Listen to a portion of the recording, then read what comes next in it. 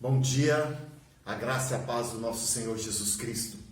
Nesse dia quero continuar a sexta ministração sobre Romanos, capítulo 1. A partir agora vamos falar sobre o versículo 2.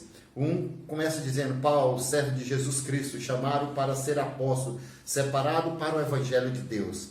Foi separado para o Evangelho de Deus. Agora o que diz? O qual foi por Deus outrora prometido por intermédio dos seus profetas nas sagradas escrituras. Verso 3, com respeito a seu filho. Paulo fala que ele veio para falar de algo que já havia sido prometido. Paulo foi chamado para cumprir promessas que Deus havia dado à terra. Promessas que Deus iria fazer aqui na terra, através de uma pessoa, do seu próprio filho. É interessante percebermos quanto nosso Deus é tremendo, quanto nosso Deus é majestoso, é maravilhoso, Ele é glorioso, não dá para se medir quanto Ele é extraordinário. Ele promete, e a primeira promessa que Ele fala que viria um filho da mulher para restaurar aquele pecado que havia Adão acabado de pecar. Foi lá em Gênesis, no capítulo 3, versículo 15, diz: porém, inimizade entre ti e a mulher, Deus falando para a serpente, entre a tua descendência e o seu descendente, este te ferirá a cabeça e tu lhe ferirás o calcanhar. Deus estava falando: eu trarei uma descendência da mulher que ferirá a cabeça do seu descendente, Satanás, seu descendente, ó serpente. E esse descendente, ainda que você fira o calcanhar, que é uma ferida que se cura rápido, mas eu trarei. Então essa promessa foi em 3.800 anos antes de Cristo, e Deus vem falando ao longo da história. Depois ele faz uma promessa a Abraão, já mostrando que esse filho, e nesse descendente de Abraão, seria abençoado todas as famílias da terra. Olha o que diz a promessa de Deus a Abraão, verso 12, 3. Abençoarei os que te abençoarem e amaldiçoarei os que te abençoarem. Em ti, Abraão, serão benditas todas as famílias da terra.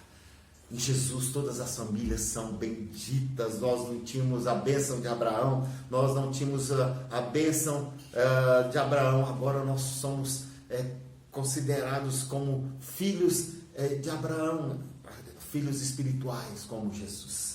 Nós temos direito a muito mais do que os filhos de Abraão. Nós temos direito de entrarmos diante da presença do Senhor. Nós temos direito de ministrar os descendentes de Abraão através das leis mosaicas, que um direito não poderiam todos entrar, só os descendentes de Arão que poderiam ministrar diante de Deus, serem sacerdotes. Já em Jesus todos nós somos reis e sacerdotes. Nós podemos reinar sobre todas as obras das trevas. Nós podemos ministrar diante de Deus. Tenho um título de pastor, sou um pastor aqui na terra, mas eu não sou melhor do que você que me ouve e não tem título algum. Você pode entrar diante da presença de Deus. Isso é glorioso, isso é majestoso, porque Jesus abriu essa porta. Olha o que diz sobre as promessas. Deuteronômio, Deus falando sobre que Jesus vinha. Deuteronômio no capítulo 18, versículo Deuteronômio 18, versículo 15, diz o seguinte: o Senhor teu Deus te suscitará um profeta do meio de ti, dos teus irmãos, semelhante a mim, a ele ouvirás. Promessa que Deus deu a Moisés: virá um profeta semelhante a mim, a ele ouvirás. Olha o que diz, vamos direto para Isaías, que é um dos profetas mais messiânicos que tem na palavra. Isaías fala muito sobre, é o profeta mais messiânico que tem, e no capítulo 7, versículo 14, diz o seguinte: portanto o Senhor mesmo dará um sinal, eis que a virgem conceberá e dará à luz um filho, lhe chamarás Emanuel. Deus conosco. Ele falou que a virgem aqui, olha, Isaías 800 anos antes de Cristo falando, olha, a virgem conceberá, ela não vai ter relações, ela vai conceber, E esse filho dela é do próprio Deus, por isso que é uma virgem. Por isso que ela concebeu. Deus prometendo que ela viria, que esse homem, Deus viria, sairia da mulher, cumprindo a promessa de 3.800 anos que ele deu a Adão, falando à mulher e falando à serpente. Olha o que diz Isaías 53, versículo 4. 53, 4, falando como seria ele. Certamente ele tomou sobre si as nossas enfermidades e as nossas dores, levou sobre si, e nós o reputávamos como aflito, ferido de Deus e oprimido, mas ele foi transpassado pelas nossas transgressões, moído pelas nossas iniquidades. O castigo que nos traz a paz estava sobre ele, pelas suas pisaduras fomos sarados. A morte, as feridas que Jesus levou na cruz e que o levaram a morrer, trouxe vida a nós. O sangue derramado trouxe vida a nós. O sangue derramado faz com que eu e você possamos entrar diante da sua presença. Nós possamos entrar e falar: Pai. Mas a todos os quantos receberam, deu-lhes o poder de serem feitos filhos de Deus. Ele agora não é só seu Deus, ele é seu Pai. Ele ouve. Ele vai te ouvir todas as vezes que você clamar. Ele vai te ouvir porque ele te lavou. O sangue de Cristo nos lava e nos purifica de todo o pecado. Olha o que diz Isaías 61. O Espírito do Senhor Deus está sobre mim, falando do ungido, porque o Senhor me ungiu para pregar boas novas aos quebrantados, enviou-me a curar os quebrantados de coração, a proclamar a libertação aos cativos e a pôr em liberdade os algemados. Os quebrantados de coração, aqueles que descobrem que por si só não podem ter salvação, por si só não podem viver uma vida nesse mundo de vitória, depende dele. E aí ele fala: eu vim apregoar para esse o ano aceitável do Senhor, o dia da vingança do nosso Deus, a consolar todos os que choram. Se você tem chorado nesses dias, nesse mundo, Deus vem falar: eu vim te consolar. Eu vim trazer esperança, eu vim te trazer uma vida neste mundo e no porvir, eterna comigo, num reino sem dores, num reino de paz, de vitória. E a pôr sobre os que em Sião estão de luto uma coroa em vez de cinzas, olhos de alegria em vez de pranto, vestes de louvor em vez de espírito angustiado, a fim de que se chamem carvalhos de justiça, plantado pelo Senhor para a sua glória. A sua justiça não está no fato de você ser bonzinho.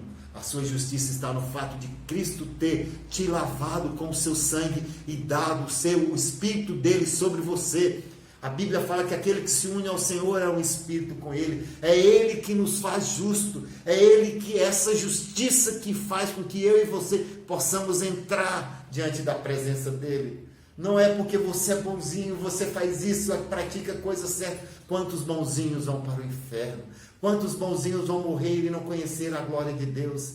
Deus precisa, o único jeito de chegar a Deus é morrendo. É necessário nascer de novo. E se nasce de novo quando encontra-se com Jesus, entrega a sua vida a Ele. A todos quanto receberam, deu-lhes o poder de serem feitos filhos de Deus. Olha lá o que diz também em Jeremias 23, diz o seguinte, Jeremias 23, versículos 5 e 6, 23, falando sobre o ungido ainda de Deus, diz o seguinte: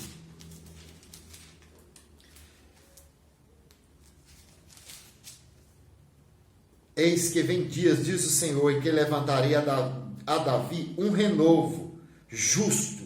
Quem foi justo? Só esse Jesus, só Jesus. E rei que reinará e agirá sabiamente, executará o juízo e a justiça na terra. Nos seus dias Judá será salvo, Israel habitará seguro, será este do seu nome com o que será chamado Senhor, justiça nossa. Ele veio para restaurar e nos dar vida, mas ele virá para julgar e para implantar um reino de justiça. São dias que nós esperamos a volta do Senhor. Ele está à porta, os sinais estão falando que Ele está à porta.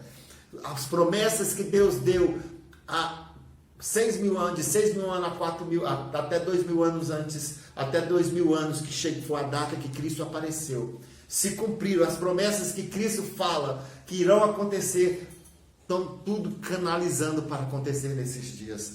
Jesus está vindo com o reino de justiça.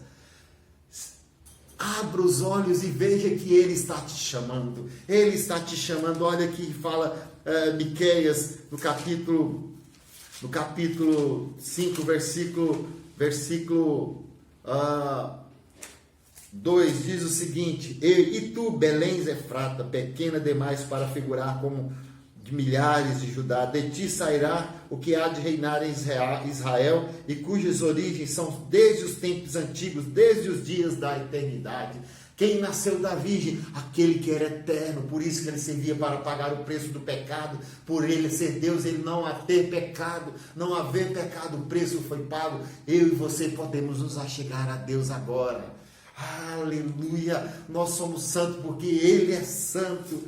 Aleluia, olha o que diz Daniel no capítulo 7. Daniel 7 diz algo que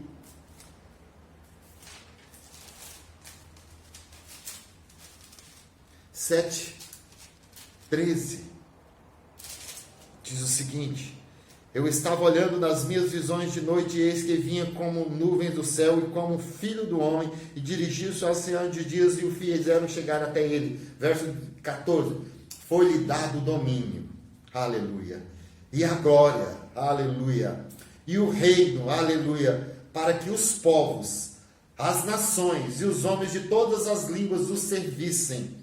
O seu domínio é domínio eterno, que não passará, e o seu reino jamais será destruído. Daniel falando do reino futuro que Jesus veio. Daniel viveu 600 anos antes de Cristo e fala de coisas que vão acontecer nesses dias. Zacarias diz algo sobre como seria esse ungido do Senhor. Olha o que diz Zacarias 9:9 diz o seguinte: alegra-te muito, ó filha de Sião, exulta, ó filha de Jerusalém. Eis aí que vem o teu rei, justo e salvador, humilde, montado em um jumento, num jumentinho, cria de jumento. Isso aconteceu. Jesus montou no jumento e foi entrando em Jerusalém, ovacionado por todos aqueles que queriam fazer o rei. Capítulo 11, verso 13 diz o seguinte: então o Senhor me disse: arroja isso ao oleiro, esse magnífico preço em que fui avaliado por eles. Tomei as 30 moedas de prata e arrojei ao oleiro na casa do Senhor. Foi avaliado por 30 moedas de prata. Zacarias falando 400 anos antes de Jesus vir, como ao preço que ele seria vendido por Judas. Oh, glória aos Deus, que cumpre as suas promessas.